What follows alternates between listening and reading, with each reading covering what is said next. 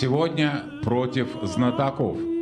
Анастасия Амвросьева-Соснова, Ольга Малышкина-Ефремов, Петр Комаровский-Анадырь, Михаил Лоскутников-Углич, Айдар Миннибаев-Нефтекамск, Жанна Бойченко-Калининград, Евгений Сметанин-Коми, Олег Каратеев, Санкт-Петербург, Михаил Лялин, Колодезный, Инга Макиева, Ольборг, Александр Свободин, Москва, Татьяна Медведева, Саратов, Сектор Зеро.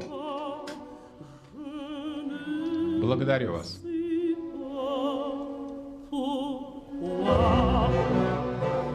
Чего вы тут стоите? Вступайте.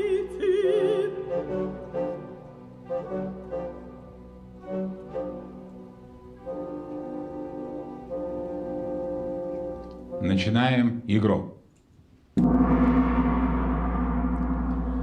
Добрый вечер, уважаемые телезрители, добрый вечер, уважаемые знатоки.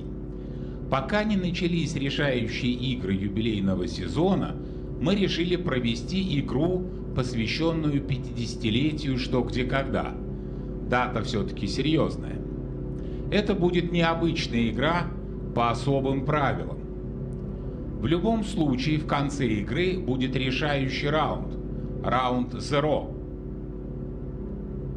До этого две команды знатоков будут играть по очереди.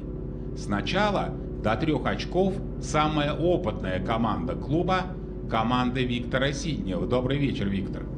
Добрый день, господин ведущий. Для вас на столе вопросы в конвертах красного цвета. Посмотрите.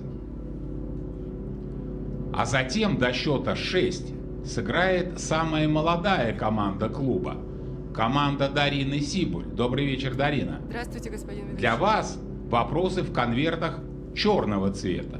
Посмотрите. Вы будете играть позже. Мы их пока сдвинем. А теперь главное. Если 6 очков первыми наберут телезрители, то решающий раунд будет играть один знаток. Кто? Решат капитаны. А если 6 очков первыми наберут знатоки, то решающий раунд будет играть сборная из 6 человек. Кто именно? Решат капитаны. В общих чертах понятно? С остальным разберемся по ходу. Тогда начинаем. Итак, против телезрителей сегодня играют Леонид Климович, Михаил Дюба, обладатель бриллиантовой, а также хрустальной совы Борис Левин, Оксана Петрунько.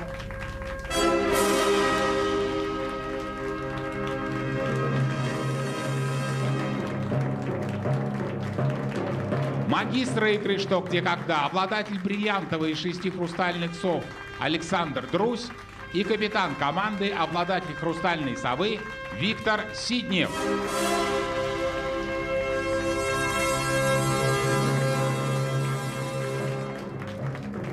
В этой игре также примет участие команда Дарины Сибуль, Павел Журавлев-Киров, Олег Баранов Светлоград, Всеволод Седов Москва, Диана Агейченкова Брянск, Данил Горлов Мичуринск и капитан команды Дарина Сибуль Барнаул.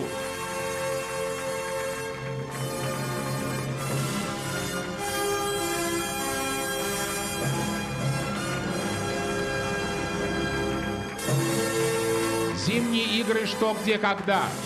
Телезрители против знатоков. Играем сначала до 6 очков, а потом еще и решающий раунд. А пока счет 0-0, и мы начинаем первый раунд.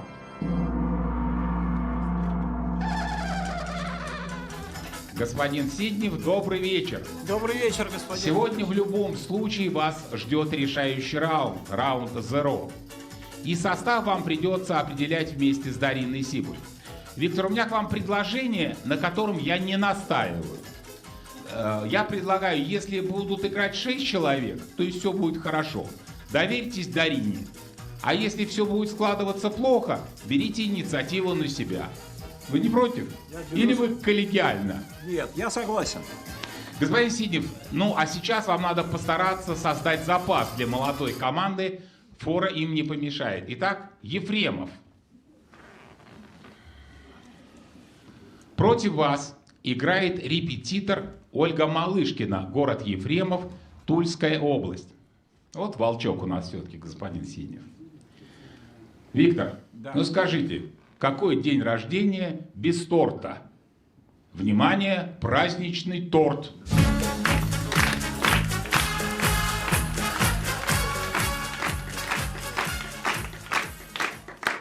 Торт вы сможете съесть вместе со всем клубом или индивидуально, как захотите, после игры.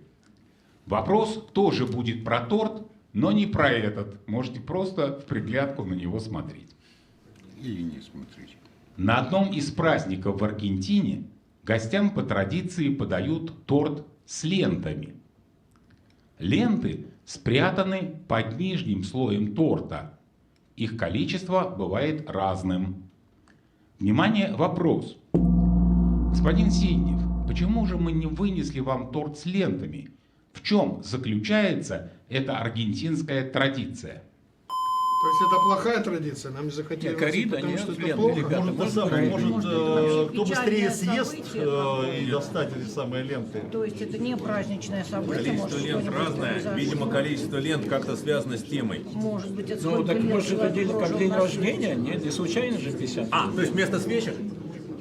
А почему нам А не почему вынесли на тогда? нижнем? Разбирают. Почему нам не вынесли с Если это лентой? лента, значит, мы должны ее Не, тянуть ребят, как-то. если Для лента чего под лента нижним еще? слоем, то есть торт надо сначала съесть. И чтобы узнать, что там, что сколько там лент, стоит. да? То есть что-то спрятано там, да? Хорошо, может быть, рождения. ленты кого-то Это не связывают? может быть связано с какой-то плохой традицией, с тем, что... Но торт плохой традиции не может, Боря. То есть что-то, Почему да? нам не вынесли Мы узнаем торт с какое-то лентой? число. Это свадебный Что мы торт, должны мы, соответственно, кто Потому больше что мы лент так знаем, вытащит, что муж 50, и жена, например. например. Смотри, А так что, мы не А знаем. так число лент пересчитал, узнал, сколько лент. мы должны... Нас Число лент понять, что-то означает. Что больше означает лент число вытащил, лент? тот Что Что хозяин, означает число лент? Итак, тот глава кто семьи. отвечает? Борис Левин, я прошу повторить вопрос. Господин Левин, почему же мы не вынесли вам торт с лентами? В чем заключается эта аргентинская традиция? Вы не вынесли нам торт с лентами, потому что это не соответствует праздничному духу 50-летия «Что, где, когда». А в чем заключается аргентинская традиция? Ну, традиция заключается в том, что, может быть, сколько лент, столько осталось жить тому, кто это сам. Господи, Борис, ну вы на праздничной игре вообще. Ну, вот я и говорю, Что не с- соответствует. Что с вами? И поэтому мы решили вас об этом спросить. Госпожа Петрунько, а что вот вы все время говорили? Вас было плохо слышно под громом мужских голосов. Вы что предлагали? Ну, я предполагала, что речь идет о свадьбе, и что ленты вытаскивают и жених, и невеста, и у кого больше лент, тот и будет главой, например. Госпожа Сибуль, а у вашей команды есть какая-то версия? Такой красивой не было. Мы подумали, что, возможно, количество лент — это количество свечей у нас. А теперь, внимание, правильный ответ. Оксана, вы были близки. Во всяком случае, часть ответа придумали. Торт с лентами мы вам не вынесли, потому что это свадебный торт. Действительно, посмотрите на экран. А ленты, Оксана, для подружек невесты. Та, что вытянет ленту с кольцом, выйдет замуж следующий. Где-то букет невесты, а в Аргентине свадебный торт с лентами. Счет 1-0 в пользу телезрителей. 100 тысяч рублей от Альфа-банка получит Ольга Малышкина из Ефремова. Но мы все равно, Ольге, признательны за то, что торт теперь у вас будет. Интересы знатоков защищает директор департамента коммуникаций госкорпорации «Росатом» Андрей Тимонов. Добрый вечер. Добрый вечер. Андрей, скажите, а у вас есть какое-нибудь первое такое детское воспоминание об игре «Что, где, когда»? Ну, господин ведущий, вот уже 30 лет прошло, а вопрос остался. Если мне память не изменяет, в середине 90-х лучшему игроку сезона дарилась энциклопедия Брагауза и Эфрона. Такие хорошие золотые тома. Одна проблема, их было 90 штук. Мы жили со своей семьей в маленькой квартире и всегда задавались вопросом, а идет ли в комплекте книжный шкаф отдельно и вообще куда девают и где хранят знатоки, значит, эту, да, замечательно свалившуюся гору приличной литературы. Если мне память не изменяет, кажется, Александр Друсь и Андрей Козлов эти призы получали. Вот, может быть, сейчас они мне ответят. Благодарю вас, Андрей. Мы начинаем второй раунд. И сейчас Александр Друсь нам и расскажет, где ответит на вопрос Андрея Тимонова, где же он хранит Брагауза и Эфрона. Вам, во-первых, шкаф давали в нагрузку? Шкаф не давали, шкаф я построил сам специально для этой истории. Ну, как, не сам, но нарисовал чертеж. Вот, там не 90, там 82 тома всего. Господин ведущий, дайте я открою секрет квартиры «Друзья». Дело в том, что в одной из стенок, да, этой библиотеки на самом деле дверь. И друг тихо из спальни ночью открывает эту дверь и уходит в библиотеку читать Брагауза. Именно так. Итак, по стрелке красный. Следующий вопрос из Углича. Против вас играет менеджер Михаил Лоскутников, город Углич, Ярославская область. Господин Лоскутников 3 раза играл против знатоков и пока не знает поражений. А всего Михаил прислал на игру 345 вопросов. И этот даже снял. Внимание на экран. Здравствуйте, уважаемые знатоки. Нас, постоянно страждущих сыграть в «Что, где, когда», не так много. Но для каждого из нас выиграть у знатоков – это мечта. Но и сам процесс подготовки вопроса доставляет большое удовольствие. Хотя, конечно, порой досадно, что твой вопрос в очередной раз не взяли. Недавно я прочитал одну автобиографическую книгу, и мне показалось, что у людей этой профессии много общего с нами, постоянными телезрителями.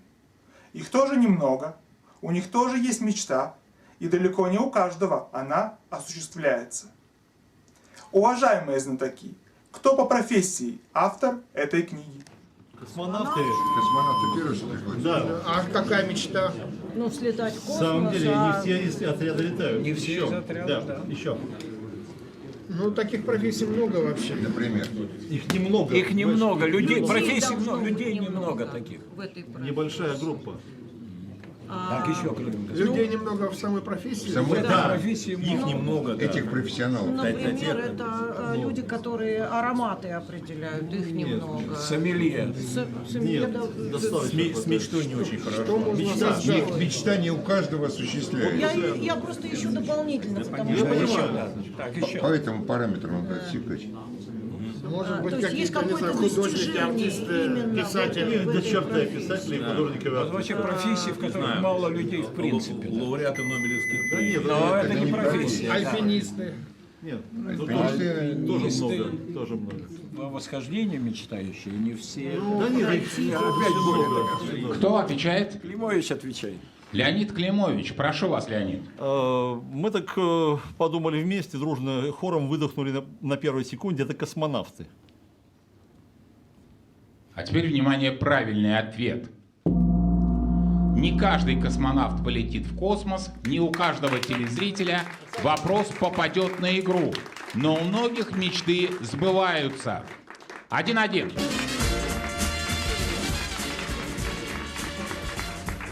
Интересы телезрителей защищает вице-президент Альфа-банка Алексей Гиязов. Добрый вечер. Алексей, вообще за всю историю игры более 6 тысяч телезрителей смогли сыграть против знатоков. А вы, в свою очередь, не в первый раз на специгре. Тут результат дела такое второстепенное. Вам, скажите, по душе такие расслабленные игры? Или вы любите накал страстей? Мне такие игры не по душе, они мне не нравятся. Я объясню почему. Я лично провожу эти игры в большом напряжении, потому что я люблю изучать правила, что где когда, иногда их даже здесь цитирую. И вот Когда ты хорошо знаешь правила, ты хорошо защищаешь интересы телезрителей. А сейчас я правил до конца не понимаю. Алексей, не только вы до конца их не знаете. Я вам более того скажу, их знаю пока только я, и то не до конца. И хочу вам сказать, это очень удобно. Могу поверить. Третий раз. Господин Климович, Леонид, ну согласитесь, это же здорово играть по плавающим правилам. Смотря для кого. Для ведущего великолепно. А для вас? А мне лишь бы играть. А вам лишь вам надо на вопросы отвечать. Какая разница? Как говорил Максим Поташов, таких правил нет, чтобы надо было не отвечать на вопросы. В таких играх главная атмосфера. Кстати, что касается правил, Леонид, вы уже в курсе, да, что в зимней серии не будет решающего раунда. Zero. По правилам, Zero сегодня будет играть в решающем раунде. Поэтому сейчас играет следующий вопрос по стрелке. Калининград. Спасибо, Александр. Против вас играет обладательница «Хрустальной совы», академик Академии телезрителей игры «Что, где, когда», копирайтер Жанна Бойченко из Калининграда. Господин Дюба. Михаил, добрый вечер. Добрый вечер, господин Я вас пока не видел. Вы ведь занимаетесь строительством мостов. Ну, вообще транспортной инфраструктуры, мостов в частности. Скажите, а города вам строить приходилось? Города нет. Нет. Сейчас придется. Площадь с расходящимися дорогами лучами встречается во многих старинных городах. Понятно, да?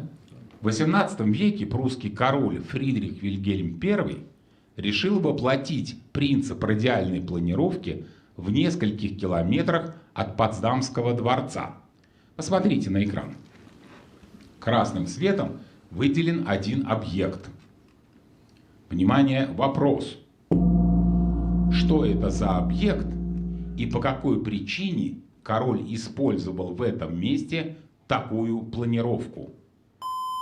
А чем она отличается от других мест? Смотрите, это далеко от дворца, да? То есть это в чистом поле, скорее. Нет, почему далеко? То есть Нет, к этому смотрите, месту... если это пожарная станция, ей легко проехать практически по любому радиусу. А вопрос как звучит? 18 век. Почему это? 18 стоит и Всё почему дерево. вот сделали оттуда во все стороны?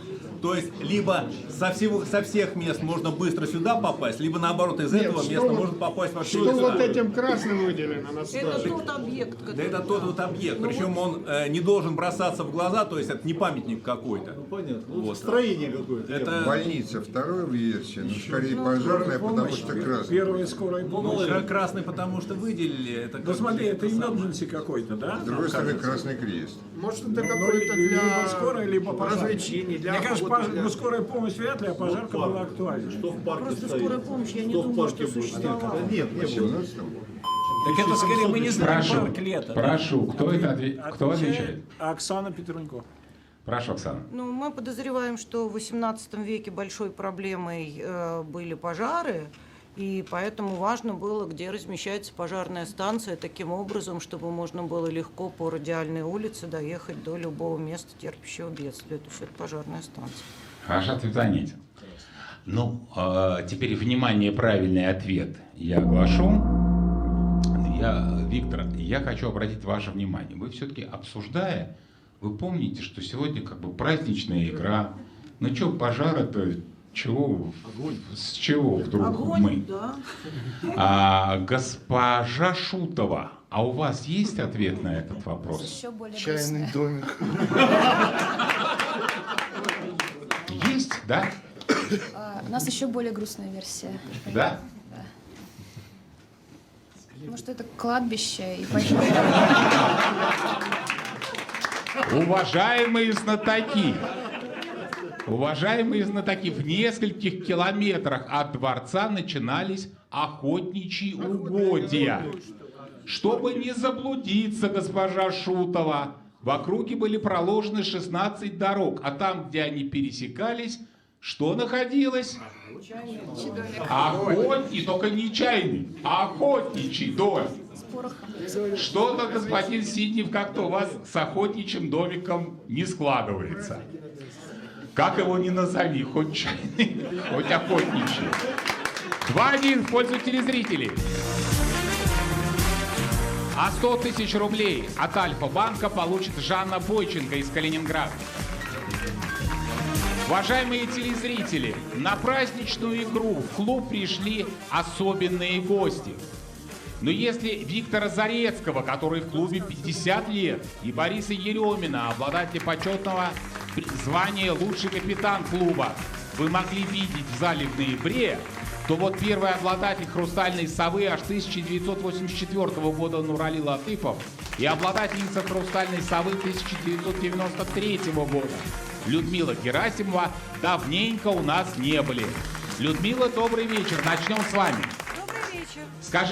Скажите, но вы ведь еще в 1981 году стали обладательницей знака совы. Поясните, что это такое? Это был знак лучшему игроку игры. Это был на веревочке деревянный такой значок. И когда были первый раз записи, я играла в 3 играх и получила 3 деревянные совы. Но это такой предвестник хрустальной совы, да? Да, несомненно. А потом появилась хрустальная сова, и первым обладателем стал Нурали Латыпов. Да. Нурали, добрый вечер. Скажите, а ваша сова у вас еще сохранилась? Безусловно. А где она находится? Она на письменном столе стоит. Дома. Напоминает, да, о легендарных годах и играх. Нурали, я вас попрошу, вы можете в следующий раз принести, показать ее телезрителям? Я думаю, что им интересно, как выглядят 40-летние совы. Представляете, сове 41 год. Сможете принести? Безусловно, смогу принести, но я как рисующий человек хочу сказать, что дизайн этой совы, первый блин комом был, не так сказать, не выдающимся. Но мы не с этой точки зрения будем оценивать. Ну, просто я к слову. Вот. Главная суть, а не форма. Благодарю вас, Нурали. 4-й раунд.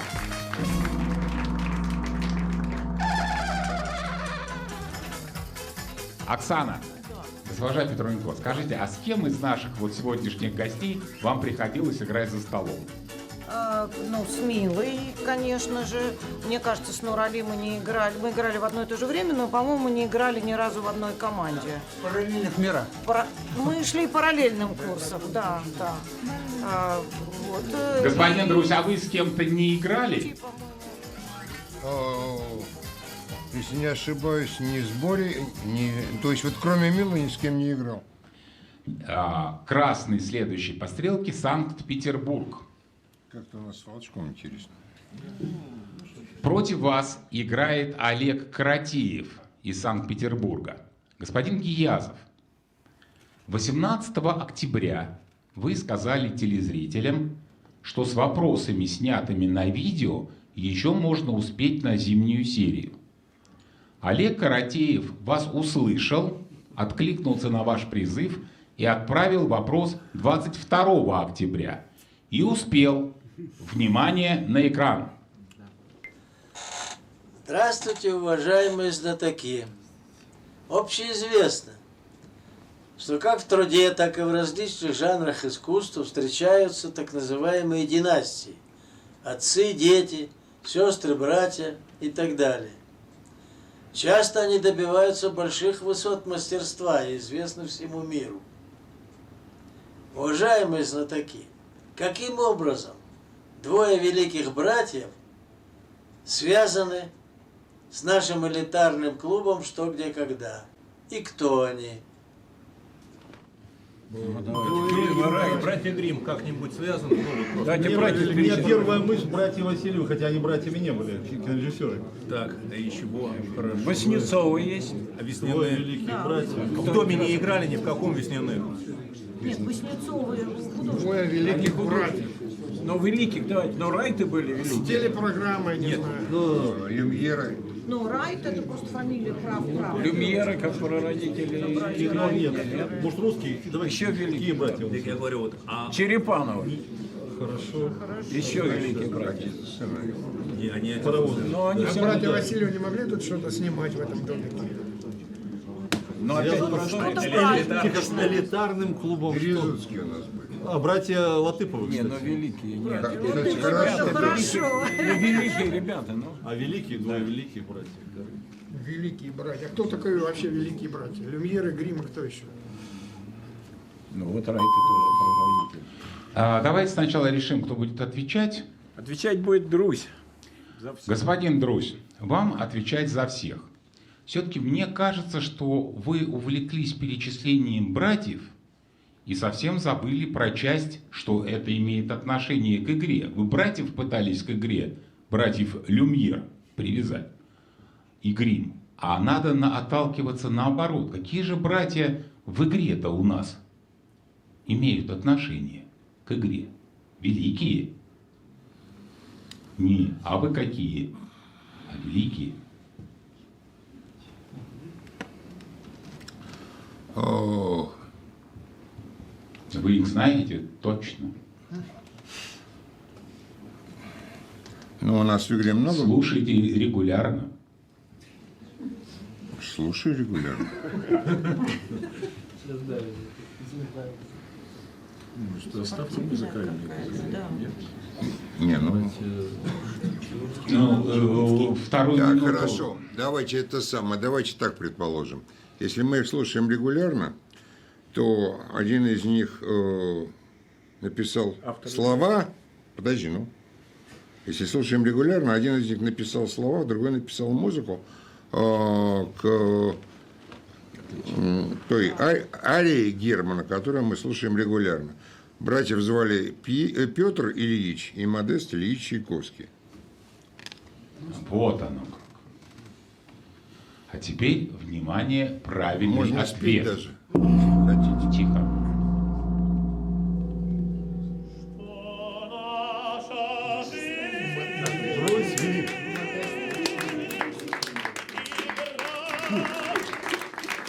Ведущий приносит второе очко команде знатоков. Это был господин Гиязов. Фрагмент из оперы «Пиковая дама». Много лет звучит в начале каждой игры. А вопрос телезрителя был о братьях Чайковских. Очень хороший вопрос. Петр Ильич написал к опере «Пиковая дама» музыку, а Модест Ильич — либретто. Ну, сегодня вы задаете правила, поэтому действительно вы получаете очко. Поздравляю. Вы намек не поняли. Пятый раунд.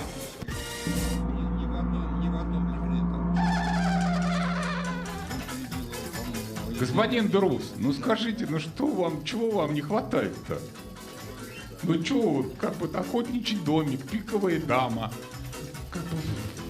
Все здесь. Никуда ходить не надо. Ну, это все давно было, а братья Филипповы играют в клубе до сих пор. Ну, они достаточно великие, конечно, я понимаю, да. Господин ведущий, за 1,90 м оба, так что... Еще братья Латыповы было.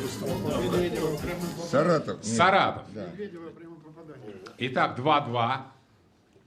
После этого раунда в любом случае вы уступите свое место команде Дарины Сибуль, но важно, вы будете вести 3-2 или проигрывать. Против вас играет обладательница бриллиантовой совы, академик Академии телезрителей игры «Что, где, когда», преподаватель Татьяна Медведева из Саратова. Госпожа Петрунько, приятно сыграть против академика или боязно? Очень почетно. Вопрос снят самой телезрительницей. Внимание на экран.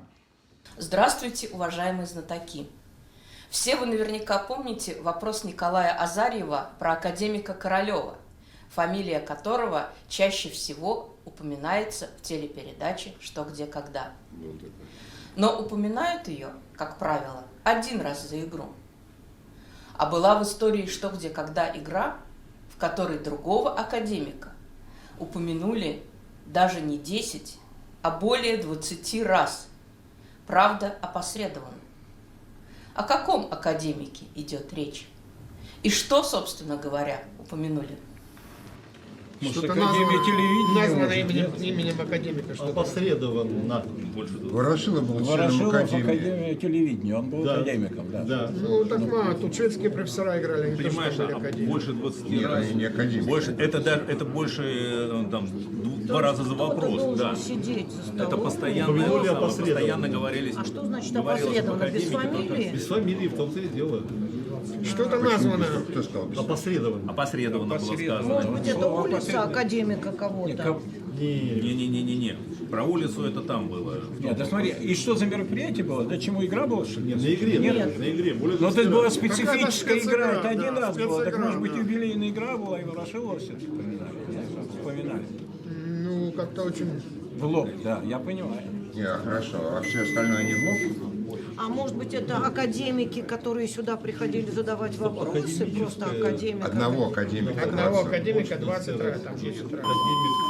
Кто отвечает? Александр Друзь будет отвечать. Прошу, Александр. Но у нас сегодня праздничная игра, юбилейная, поэтому мы полагаем, что этим академиком был Владимир Яковлевич Ворошилов, который был членом Академии телевидения. Рано еще, Александр. Зеро у нас в решающем раунде. Ну, Но я вам хочу сказать, что вот Борис Левин, он же сказал, что-то названо в честь академика. Более 20 раз называли что-то названное в честь академика, в честь Ворошилова ничего не называли. Пока. корабль. Госпожа Герасимова, вы не только Александр Друзь, но и вы при этом присутствовали. Вы не помните, о чем речь? Ну вот, знаете, Вообще, покажите, пожалуйста. Господин Латыпов, а вы? Затрудняетесь. Господин Зарецкий? Еремин? Нет. Мне кажется, что адрес улица Академика Королева. Это как раз другой вопрос, на который ссылались. Итак, внимание, правильный ответ. Сейчас вы все удивитесь, Александр, а вы особенно. Упомянули академика опосредованно, потому что звучала не его фамилия, а название того, что было названо в его честь. Внимание на экран.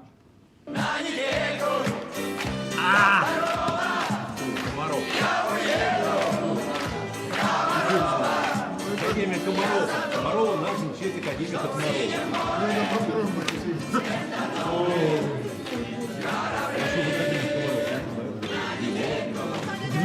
Я всегда думал, что это такая дачный поселок. Александр, вы напрасно не смотрите на себя, вы там так пляшете. Название поселка Комарова прозвучало более 20 раз, потому что эту песню тогда пришлось исполнять на бис. А назван поселок в честь советского ботаника, академика Владимира Комарова. Знай академиков, и наших тоже. Господин Друзь, какой у вас модный прикид был. Я восхищаюсь. Но счет становится 3-2 в пользу телезрителей. Итак, смена команды, и за стол приглашается команда Дарины Сибуль.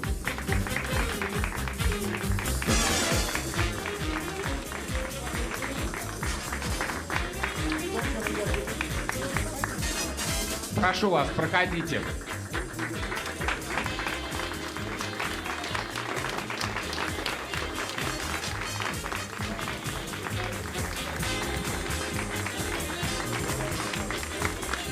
Сейчас ваши конверты будут задействованы, а этот пока подождет. Вдруг реклама. Мои технологии для жизни.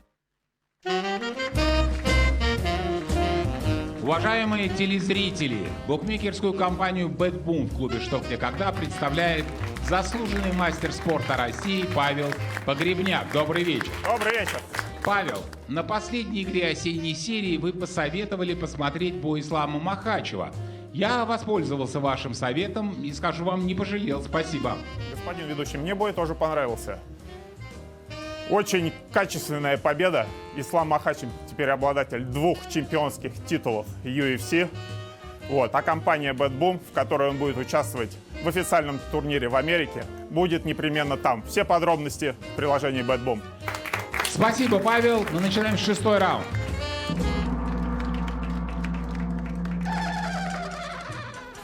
Госпожа Сибуль, добрый вечер. Добрый вечер. Я надеюсь, что вы не повторите ошибок ваших старших товарищей и будете помнить, что мы не будем про пожарные машины сегодня спрашивать. А можно уточнить? Сейчас я вам должен рассказать, что такое ретро-вопросы. Это вопросы, которые были в эфире 40 лет назад. Маловероятно, что вы с ними сталкивались, потому что этих программ нет в общем доступе. Поэтому мы сможем сравнить вас с игроками 80-х годов. Сектор 33. Ретро. В 1986 году, господин Сиднев, в этом секторе играл вопрос от Александра Свободина. Внимание на экран. Сектор 33 и писатель, театральный критик Александр Свободин против шестерки Виктора Сиднева. Уважаемые знатоки, вы, конечно, знакомы с русским классическим репертуаром. Не правда ли? Не слышу ответа. Более-менее. Ну, вы помните «Месяц в деревне» Тургенева? Тургенева помню. А роль Матвея, а? Роль Матвея. А мальчик Аполлон в «Провинциалке». А Емельян в «Водевиле» Ленского. Какие роли? Внимание, вопрос. Поскольку профессиональные актеры, как правило, отказываются играть эти роли, через 1 минуту вы все эти роли сыграете сами. Вопрос понятен? Нет. О каких ролях идет речь? Вам нужно исполнить роли всех перечисленных героев. Прошу. Молчат, да, например, да. А почему актеры отказываются? Хотели реплики, да? Потому что им обидно, что нет слов, реплик. Не, я говорю, могут быть детские роли, например, там что-то лепетать, кричать. Матвей, мальчик, Емельян, Да, Аполлон. Плохие, просто что-то мы знаем, отрицательные. Мальчик Аполлон, Матвей, а чего мы знаем? Там 4? Там 6? Поют они что-нибудь. 4. Да, ну неважно, окей.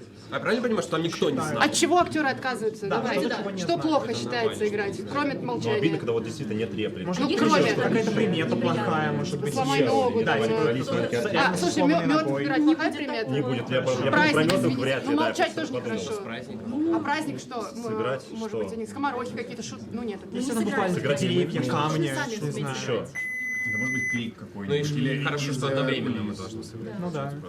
Хорошо, ну кроме этого, давайте. Мы, наверное, готовы отвечать. Кто будет отвечать? Ответит Диана Агейченкова. Диана Агейченкова. То есть у вас есть актер в команде, во всяком случае, учащийся на актера Данил Горлов, а отвечать будет Диана Агейченкова. Итак, поскольку профессиональные актеры, как правило, отказываются играть эти роли, через 1 минуту вы все эти роли сыграете сами. От каких же ролей отказываются профессиональные актеры? Я не могу выбрать, мне нужно промолчать или что-то ответить. Поэтому я сначала скажу, что они ничего не говорят, а потом буду молчать. Они молчат просто. Отказываются играть такие роли. Господин Горлов, а у вас какие-то есть другие версии? Вы же все-таки студент, учитесь на актера. Какие вот у актеров как бы такие вот роли, вот не буду я это играть. Ну, вот, как я уже сказал, Диане нет... Классический репертуар. Нет Не маленьких знаю, ролей, не есть знаете маленькие артисты, но... Ну хорошо. Ваш ответ понятен. А сейчас давайте посмотрим минуту обсуждения команды Виктора Сиднева в 1986 году. Так, типа кушать подано, либо просто стоять. Мальчик Аполлон, скорее всего, памятник. Может быть, памятник? Да. А как третьего, кого третьего назвали? Неважно. Емельян. Емельян, мальчик Аполлон, все бессловесные. Емельян, Матвей, крестьяне. Они собаки. А, мальчик и Аполлон, отлично. И профессиональный актер откажется играть, это ты прав. Слушай, это хорошо, да. А может они все-таки памятник? Может они А памятник? почему полает? Ну что, Господи, в конце концов. А, да, слушай, это хорошая мысль. Ну-ка еще Матвей, Матвей, мальчик, Аполлон, Емельян, слушай. Ну животное, да. Ну давайте животное. Что-то еще. Да, вообще Памятник или животное, да? И Еремей какой-то там еще из ВДВ Ленского. Тоже такое. Может, помощь и помощь? Да нет, пока рано. Сереж, будем помочь? Нет, пока рано. Тогда, мне кажется, друзь тогда. Вот эту версию. Саша. Кто отвечает? Попробую я ответить. Александр Друзь. Значит, мы полагаем, что профессиональные актеры отказываются играть эти роли, потому что это все роли животных. В первом приближении, значит, мы полагаем, что это все-таки собаки. Но мы могли бы здесь полаять там. Ну, гав-гав. А сейчас, внимание, ответ Александра Свободина. Актеры не любят играть подобные роли, считает Александр Свободин, потому что в каждой из них всего 2 слова. Эта фраза давно стала нарицательной. У вас была точная версия на этот вопрос. Кушать подано. Таков полный текст всех этих ролей. Господин Друзь, ну вы здорово, конечно, лаяли. Задорно. Господин Горлов, неужели вы не слышали «кушать подано»? Такого... Мне стыдно, господин ведущий. Стыдно. Вашим предшественникам, думаю, тоже. А счет становится 4-2.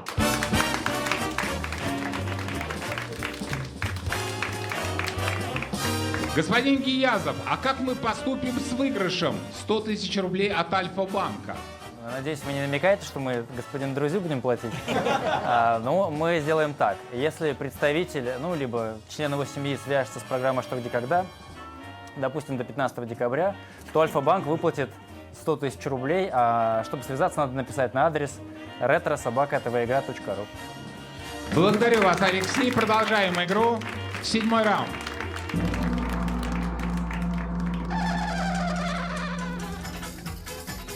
Господин Горлов, ну вот объясните, что с вами произошло? Я так на вас надеялся в этом вопросе. Вы же получаете сейчас 2-е образование, актер театра и кино, кушать подано, ну казалось бы. Даже пока что не было такого выбора, такой роли, с такой репликой. Не предлагали еще. А лаять предлагали? Конечно, на первом курсе есть такой раздел на «Ближе». А вы можете художественно? Лучше, чем Александр Абрамович, я вряд ли. Ну, это мастер. Итак, смотрим на волчок.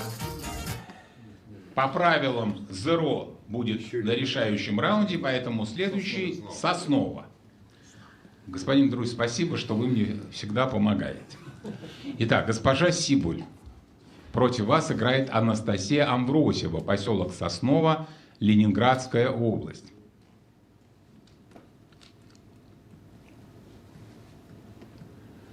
Посмотрите на экран. Эта фотография сделана в 70-х годах во Владимирской области на базе одной киностудии. Мужчину слева вы вряд ли знаете, но наверняка знаете, кто рядом с ним, кто справа. Итак, кого же, внимание, вопрос, кого же мы от вас скрыли? Белый бим, черное ухо. Почему? Ну, знаете вы. Киностудия. Белый бим, черное ухо. Собака примерно подходит по срокам. Если какой-то реально фильм я поняла, сова же была здесь когда-то. какой-то? Настоящая сова. Почему во Владимире? Почему во Владимире? Сова обычно на руке где-нибудь, а тут прямо вот сидит, он присел. Известный фильм «Животные». Просто Вот киностудия. еще, Есть тогда не какие-то могу еще куклы что-то знаменитые, например? Ну нет, Приключения электроников. Стоп, тут какой-то сеттинг деревенский, ну, нет? какая-то корова, коза. Кто-то что сидит. Ну, сова на руке, либо на... Нам нужно, чтобы в 70-е годы был какой-то фильм или мультик, например. или что-то Понимаете, Приключения электроники, у него тоже была собака. есть сова какая-то известная киношная, вот я не Слушай, по-моему, уверена. для совы очень Многовато. много. Да ну, Хорошо, кто ладно. знает. Ну, а как Доля на выбрать земле. собаку, которую мы сняли? Но 70-е подходит хронологически? Ну, вот. Если дублер просто какой-то известный, он каскадер какого-то известного актера.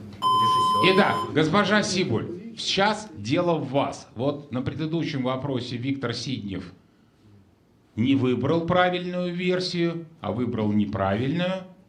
Теперь ваш черед. Ответит Павел Журавлев. Итак, Павел, прошу вас. Предположим, что скрыли сову. Или Филина. Или филин.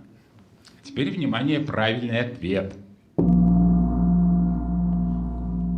Господин Сиднев, но все-таки чему-то молодежь учится с точки зрения Ну да, они уже поняли, что выбора сегодня... версий. Да, про что, где, когда сегодня, да. Дарина, этот снимок сделан на зообазе киностудии «Центр научфильм», недалеко от города Петушки во Владимирской области.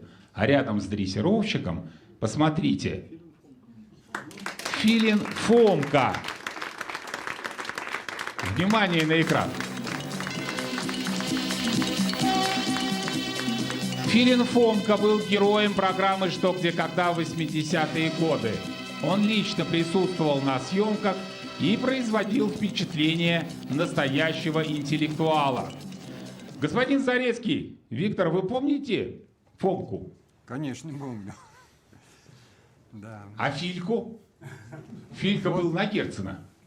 Значит, Этот Фильку был Востанкин, а этот Фомка. Я не могу сказать точно, что я их различал, но помню всех. 4-3.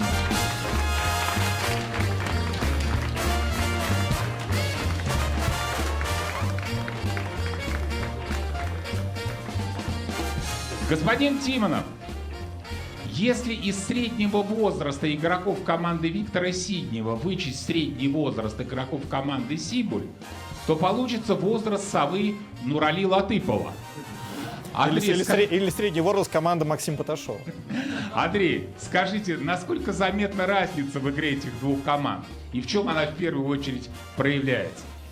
Ой, вы знаете, вот в Росатом в последнее время пришел просто огромный корпус молодых ученых и инженеров, и разница между опытными и молодыми командами, она существенная. Молодые, они как хоккеисты, так знаете, в атаку идут на риск, значит, а опытные команды, конечно, им свойственна фундаментальность, основательность. Вот с точки зрения мировой статистики, средний возраст нобелевских лауреатов растет, а средний возраст конкретных разработчиков косметных технологий снижается. Ну вот сегодня по итогу игры посмотрим, какая стратегия выгоднее. Благодарю вас, Андрей. Продолжаем игру. 8-й раунд.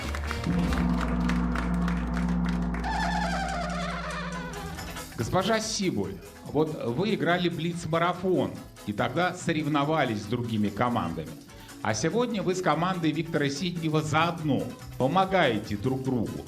Вам как интересней? Я просто люблю все специальные форматы, все специгры. Очень рада, что мы сегодня участвуем. Но я хочу сказать, что мы решили дать вам сыграть в зимней серии не только потому, что у вас разный опыт игры, но и потому, что только ваши две команды одерживали победы в этом сезоне. Но по разным причинам финальные игры зимней серии не вышли. Что, опять зеро? Нет. Нет. Анады. Итак, сектор 22 ретро. В 1985 году в этом секторе играл вопрос о Петра Комаровского. Сложный вопрос, имейте в виду. Внимание на экран. Сектор номер 22. Знатоков вызывает на бой далекая Чукотка. Водитель Петр Комаровский. Внимание, чудесная палка.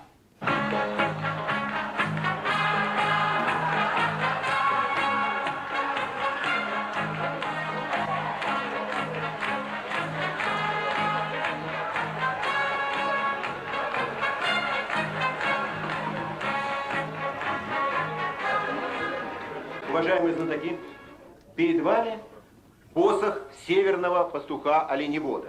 Странные вещи делает пастух с этой палкой. Иногда он вытягивает руки с палкой вперед. Вот попробуй. Да, вот именно так. Перед собой. Иногда держит палку за спиной. Скажем так. Иногда носит ее на плече. Иногда просто бросает ее далеко вперед, а потом поднимает. Внимание, вопрос. Да, зачем пастух-оленевод делает эти странные движения? Минута. Снег оленей. Может быть, он как-то собаку управляет собакой, что он делает. Это как на корабле штучка для собак, но вот здесь, если ее держать... Вот так вот зачем? Он что-то носит с собой, если он вот так вот проверяет, не знаю. Уровень чего-то. Потом на плечи. Ну вот да, он вот так вот носит. Бросить и поднять. Поднять сам, то есть не собака. Еще бросает. Он чем-то может манипулировать, но управлять, вот если он будет ее... Ну да, могут ли они привязана была бы, например, к упряжке, возможно, да, но она не привязана. ты думаешь, она привязана? Ну, например, если бы она была привязана, да, то есть это... И что? Ну, можно просто поворачивать вперед, за спиной, и вот на так. плече и бросает. Бросает? Да, бросает. Все про снег говорит. Можно, Ну, да, как по снегу, когда идет. Да, вот по-разному все используют для А зачем снега. вот так для Не знаю, снегу я идти? не знаю. Окей. Может, он Еще. тащит Если что-то. олень, Не знаю, он не рога знаю, может все. изображать, Олень мог рога что-то оленя. понять. Как игрушка Может, Почему отпугивать от тогда одна кого-то, палка? дикого Одна зверя палка какого-нибудь. всего. Итак, кто будет отвечать? Павел Журавлев попробует. Павел, ну вот ходит оленевод и все время делает какие-то разные движения с палкой. Для чего?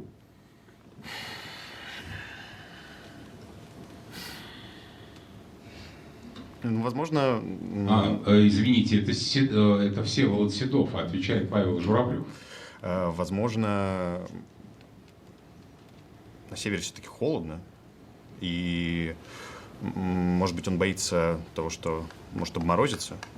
И тут такая разминка оленевода для того, чтобы он разные группы мышц задействовал и, естественно, разгонял тепло, чтобы не допустить обморожения. Ваш ответ понятен. Теперь, внимание, правильный ответ. Павел, но я вот с этим вопросом я предупреждал, что это непросто. Господин Еремин, не говорите ответ, Борис. Скажите, вы его помните? Помню, конечно. Ответ на этот вопрос. Помню. Ну, давайте все вместе посмотрим, как на этот сложный вопрос в 1985 году ответила команда Бориса Еремина. Внимание на экран. От команды Бориса Еремина. Значит, данный посох дает возможность оленеводу руководить движением оленьих стад, подавая сигналы вожаку стада, как вести стаду, куда вести, останавливаться, идти в каком-то направлении. Понятно, понятно. Кормиться, останавливаться. Понятно. Вот возьмите, пожалуйста, этот посох. Вот как я просил, закиньте его за спину. Так. Как вы считаете, вот вожак оленей, что, видя вас в этой... Что видит? Что, вот да, что это такое? Что за сигнал? Сигнал, который означает, что как есть, так все и остается. Да? Олень вас понимает. Понятно. А теперь, внимание, правильный ответ. Дело в том, что северный пастух-оленевод проходит сотни километров. Манипулируя на ходу своим посохом, пастух все время меняет центр тяжести. И каждый раз одна группа мышц работает, другая отдыхает. При помощи этой чудесной палки можно отдыхать на ходу. А бросает зачем? А бросает, чтобы идти без палки какое-то время. Но, Дарина, это это сложный вопрос. Здесь вы не переживайте. Но счет становится 5-3. Так, что? Кажется, что знатоки, ну, давайте Они так, не на те, что... Они сказали, что это холодно. Нет, прозвучало словосочетание «группа мышц».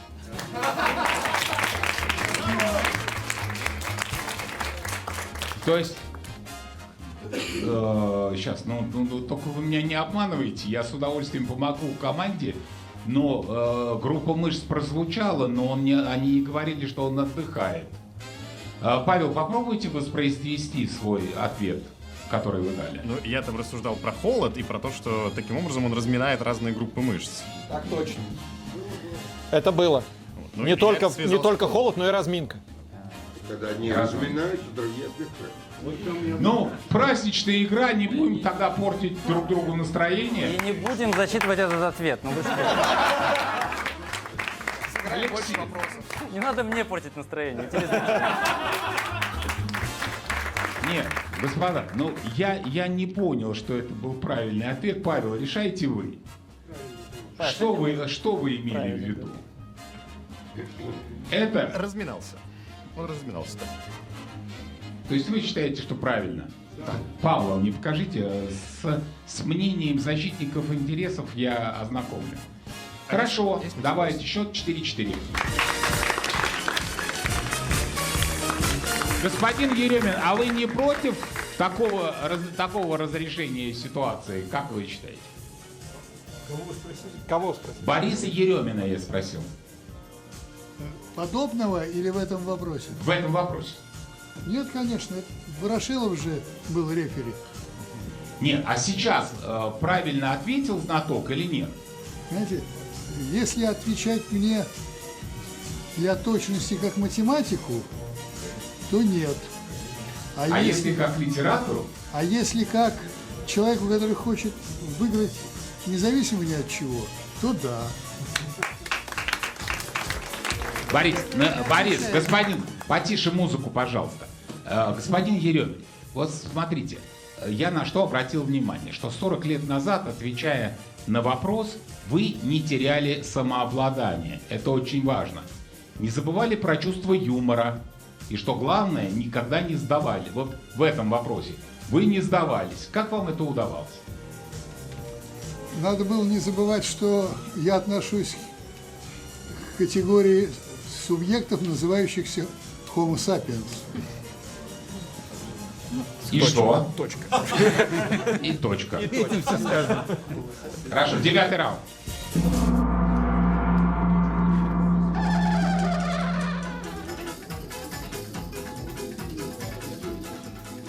Да, вот мне здесь подсказывают, что разминка между работой — это отдых формально. Ну, хорошо, Павел. Как говорит Борис Еремин, пусть это останется на вашей совести. Хорошо, давайте, собирайте, счет 4-4.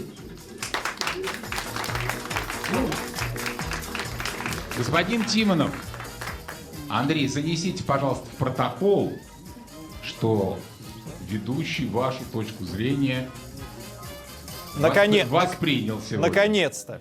Нефтекамск. Против вас играет инженер Айдар Минибаев из Нефтекамска. Мини-телевидение в нескольких строчках. Внимание, вопрос. О чем так сказал Владимир Ворошилов?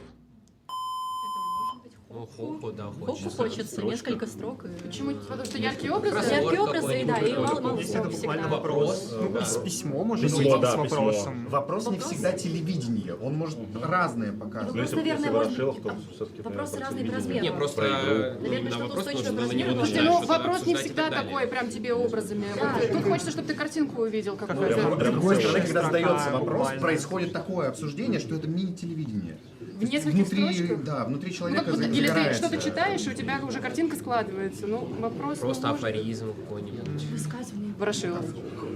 Ну окей, что еще? Передач. Как мы еще Вопрос, что еще? Хоку, вопрос, что еще? Если чисто строчки телевизионное. буквально, вот идет что-то подряд. Какая-то бегущая строка, ну как буквально типа строка. Это на волну похоже. Окей. Окей, у нас две версии, да? Да. Вопрос. Чего вы молчите? Если есть ответ, отвечайте. Чего вы замерли-то все? Прошу. Интересный вопрос просто. И кажется, Паша сегодня везет. Ответит Павел Журавлев. Прошу, Павел. Давайте все-таки это так сказано о вопросе. Вопросе, что где когда. А теперь, внимание, правильный ответ.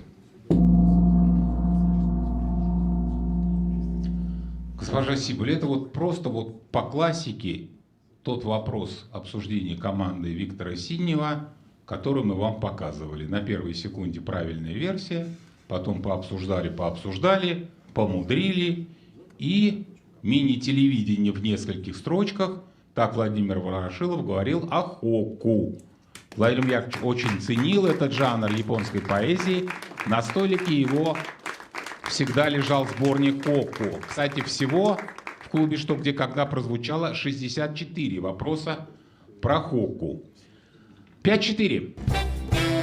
5-4 в пользу телезрителей. 100 тысяч рублей от Альфа-банка получит Айдар Минибаев из Нефтекамска. Госпожа Сибуль, я хочу обратить ваше внимание, что вам нужно попытаться все-таки 2 очка набрать, потому что если вы первыми наберете 6 очков, то решающий раунд будут играть 6 человек.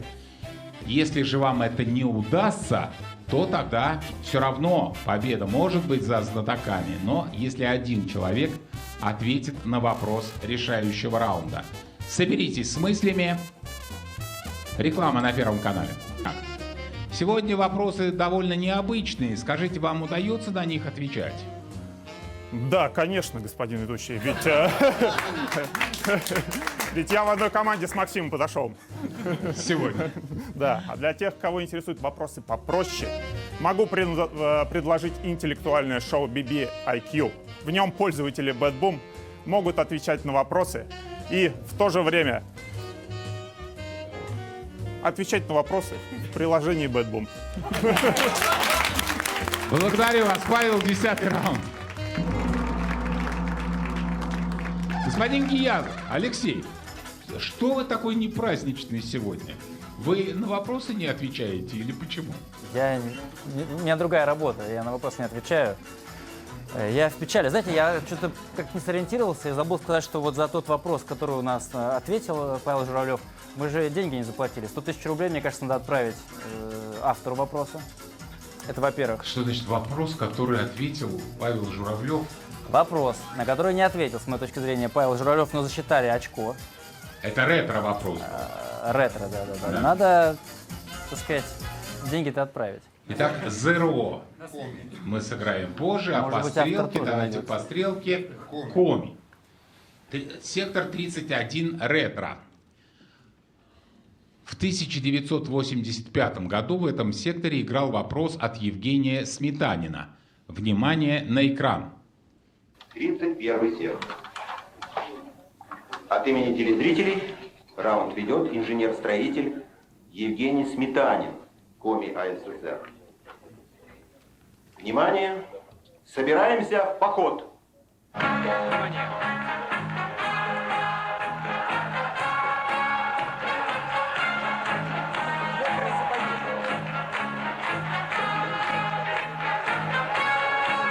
Надо их высушить.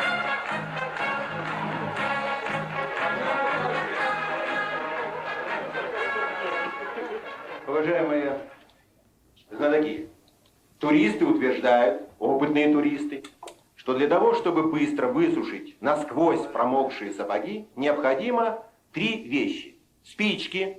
У нас есть спички? Есть. Хворост. И 3-й предмет находится сейчас в сапогах. Внимание, вопрос. Что в сапогах? Что мы можем... Что впитывает, Да, или наоборот. Мох какой-нибудь там, я не знаю. Так, шелка же должна быть, не мох? Да, звучит логично.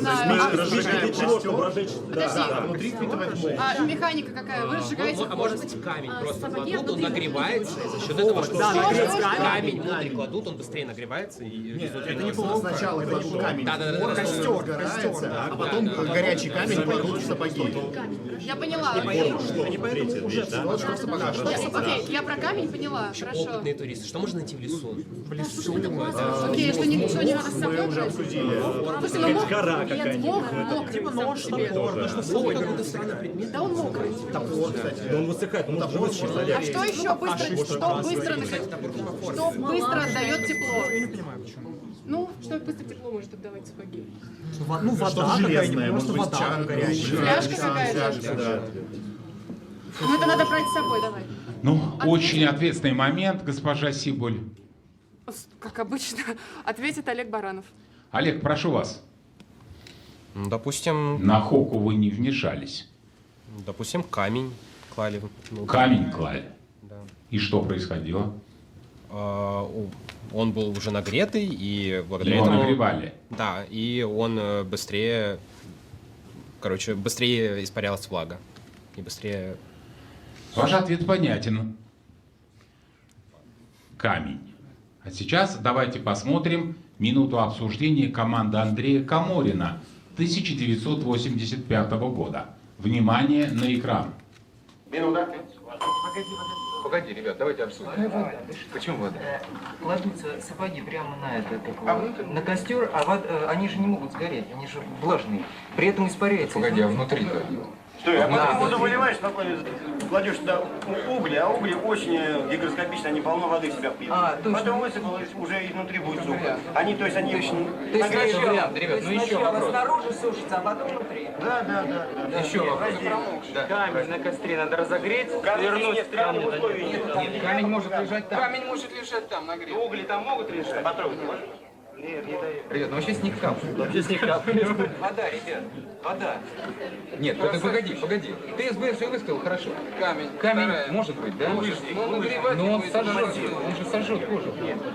Он как раз завернуть во что-нибудь. Нет, ребят. Вообще версия Сережи мне нравится больше. Это оригинально довольно. Ты понял как? Ну давай. Понял, да? Ответ тебе ясен, правильно? А сейчас обсуждение закончилось. И самое главное, это решить, кто будет отвечать. Отвечать будет Сергей Царьков. Сергей Царьков против Сергея Сметанина. Пожалуйста. Нет. Вы же... Значит, нам кажется, что предмет, который находится в сапогах, это обыкновенная вода. Обыкновенная вода. Вы воспринимаете воду как предмет. Ну что ж, может быть такое решение. Вода действительно, раз сапоги промокли, там есть вода. А теперь внимание, правильный ответ. Ну что же, у нас устанавливается минуточку, не открывайте пока этот предмет. Я хочу, чтобы обратил внимание на него Нурали Латыпов, который точно сказал, что находится в сапогах. Для того, чтобы быстро высушить насквозь промокшие сапоги, необходимо, конечно, разжечь костер, расстелить камни и кинуть их в мокрые сапоги. Камни находятся в сапогах, обыкновенные камни. Олег Баранов и Нурали Латыпов 5-5. Господин Латыпов, скажите, а почему тогда вы не настаивали на своей версии? Вы не были уверены? Вы знаете, новое знание – это нечто неизвестное, сведенное к чему-то известному. Я не турист, я никогда не сушил сапог. Но я знал, что скифы кипятили бульон в кожаных бурдюках, разогретыми камнями. И я свел вот это неизвестное к этому, неизвестное к известному. И поэтому я не стал настаивать на гипотезе. Это все-таки предположение было ваше, да? Да. Ну хорошо, спасибо, Нурали. А мы начинаем 11-й раунд.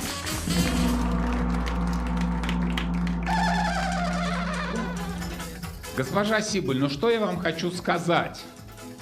Что версии, да, были вот в тех вопросах, которые мы показывали 80-х годов, их больше нет на столе. Так, извините, пожалуйста, ради бога, остановите волчок. А что мы крутим-то его? Там один вопрос остался. Но я колодезный. Кажется, да. Колодезный. Дарина, но я все-таки хочу сказать вам, что даже если не засчитывать ответ Павла Журавлева, даже если, вы все равно по результату сыграли лучше, чем игроки 80-х. Они сыграли на этих вопросах 0-3, А ваша команда 1-2, а по результату 2-1 в вашу пользу. Так что я вас поздравляю. Но сейчас шутки в сторону. Все-таки решающий раунд играть одному или шестерым – это большая разница. И против вас сейчас играет учитель Михаил Лялин, поселок Колодезный, Воронежская область. Внимание, берег!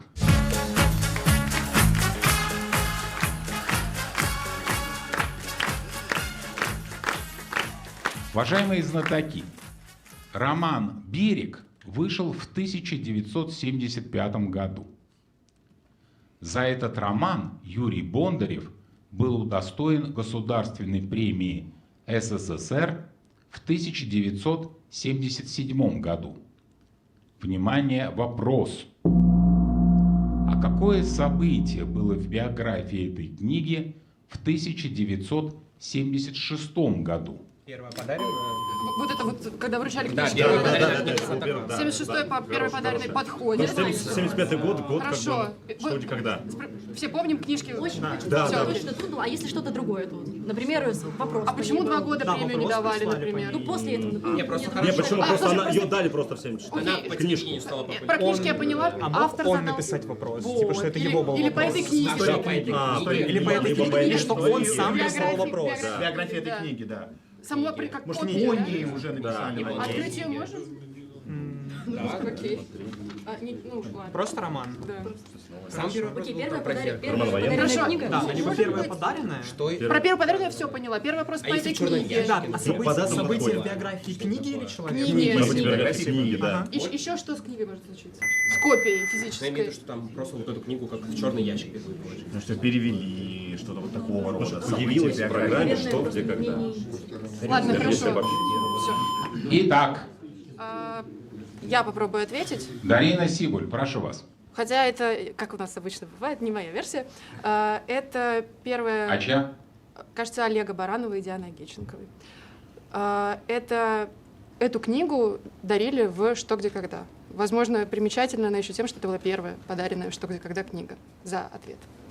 А теперь, внимание, правильный ответ. Книга Юрия Бондарева «Берег» в 1976 году стала первой книгой, которая была вручена на игре «Что, где, когда» в качестве приза. 6-5 в пользу знатоков.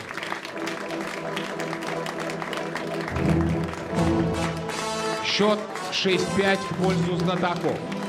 В игре, посвященной 50-летию «Что, где, когда», знатокам удалось первыми набрать 6 очков. Поэтому в решающем раунде они будут играть вшестером. Но победа в игре будет присуждена знатокам только в том случае, если они сумеют ответить на вопрос в решающем раунде.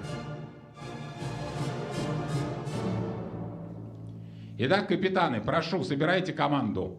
Из своих или из чужих? Вы с Виктором посоветуйтесь. Нет, давайте, мы я уже вам 20 посоветовали. секунд даю. Мы договорились, что вы собираете команду. Мы договорились, вы забыли в начале, да. Вы собираете сборную команду, решайте, кто. Ну, то есть мы можем У вас остаться времени нашей мало. командой просто? Виктор, помогайте. Они нерешительные. Пойдемте к нам. Нет, помогайте. Дарина, решайте, кто Слушайте, садится. ну, если я буду решать, останется, конечно, моя команда. Ну. Не, сборная какая-то нужна, Дарина. Хорошо, давайте. Дарин, ну да, сборная 3 на 3. какая-то. Оксана и Александр Друзь. Вместо кого? Вместо Севы и Дани. Так можно? Да, конечно. Прошу. Оксана Петрунько и Александр Друзь вместо Всеволода Седова и Данила Горлова. Олег, пересядьте. Пусть Оксана сядет здесь. Не очень понимаю. А может... А я могу тоже поменяться? Садитесь на любое место. Все, сели. Господин Сиднев, как-то в 80-х годах вы как-то организованнее все это делали. Вы садится тот. От тебя тройка, от меня тройка. Быстренько решили, сели и так далее. Не, мне кажется, все было проще. Владимир Яковлевич просто говорил, кто садится. И мы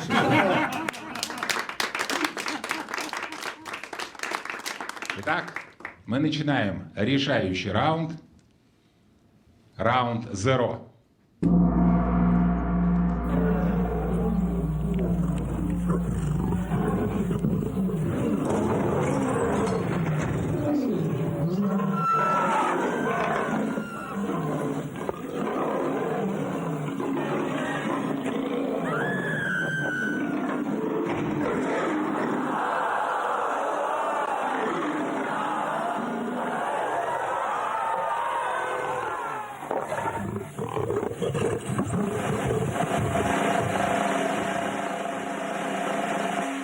последняя гастроль. Итак, в раунде Zero сегодня будет играть вопрос Владимира Ворошилова. Господин Друзь, этот вопрос уже лежал на столе в 2004 году, но не выпал. Видимо, сегодня более подходящий случай для последнего вопроса Владимира Ворошилова. Внимание, вопрос. Что с точки зрения Цицерона является не только искусством, но и красноречием? Отвечать на вопросы. Задавать вопросы. Красноречие. Театр, может быть. Политика? Политика не искусство. Да, ну... Что вообще искусство какое бывает? Тут, скорее всего, не напрямую что-то Я тоже думаю, может быть, что-то неожиданное, что... Стихи, ну то есть красноречие в любом случае ты разговариваешь, что-то вот словесная какая-то форма. А что вы молчите? Ну, риторика какая-то, может быть. Риторика выступление, публичное выступление. А что-то с праздником, если связано, опять же? У нас все еще внутри Задавать вопросы, отвечать. Рассуждение вслух, там, я не знаю, вот это вот... Отвечать на вопросы — это скорее красноречие, а потом уже искусство. искусство. Это искусство, как правильно вот ответить вот так. Нет, ответить это Красиво ответить, да, хорошо. Ну, если правильно отвечать на вопросы. Если стихотворение, книги. Если не буквальное искусство, то есть, ну вот, ремесло какое-то или там занятие, медицина там какая-нибудь. Кузнечный. Разговаривать. Профессия, к тебе еще нужно говорить. Разговаривать — это красноречие само по себе. Это не красноречие, оно как красноречие. Итак, вы так шумели, что даже не дали Оксане и Александру подумать. Итак, кто будет отвечать? Подумайте, Дарина, кому доверить.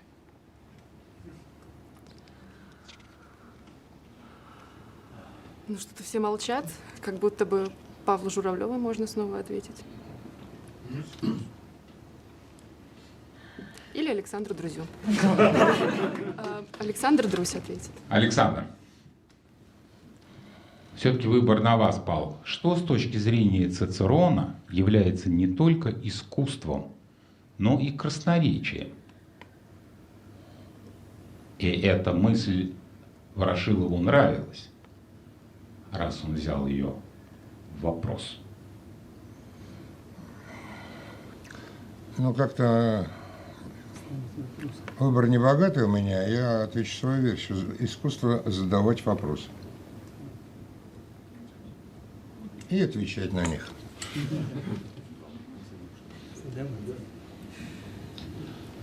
Парадокс, Дарина, заключается в том, что ваша команда до того уже давала правильный ответ на этот вопрос.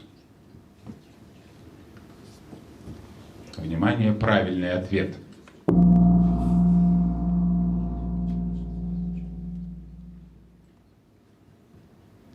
Ответ вы сами можете прочитать на раритетной рукописной карточке Владимира Ворошилова. Ей 25 лет. С точки зрения Цицерона не только искусством, но и красноречием является, господин Друзь, молчание. Молчание. Таким образом, сегодня все-таки знатоки терпят поражение. Хороший вопрос. А правильный — тишина. А правильный ответ — молчание.